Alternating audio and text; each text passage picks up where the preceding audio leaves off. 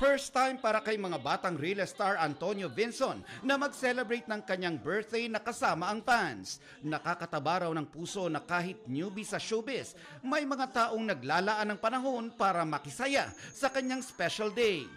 Sila raw ang inspirasyon niya na pagbutihin pa ang kanyang pagganap. Yung suporta ng Antonio Charmers nandiyan pa rin, kaya hindi ako nawawalan ng hindi ako nang kinakabahan pagdating sa eksena kasi maraming nagsusuporta sa akin. Nagpapasalamat si Antonio dahil marami na raw ang nakakapansin na kanyang pagganap bilang dagul sa drama action primetime series. Pero isa raw sa pinaka-fulfilling para kay Antonio ay napansin siya at napahanga ang kanyang idol, ang amang si Kapuso action star Roy Vinson. Nakikita, napapansin yung acting niya, di ba? Sabi ko, okay, first time? Hira yung ganun, first time. Mas kinabahan po yung sabi ni Papa, dapat stay grounded ka po talaga sa mga tao ngayon.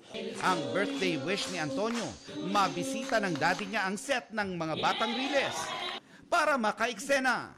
Ang wish ko nga po, maka-fight ko po si Papa eh.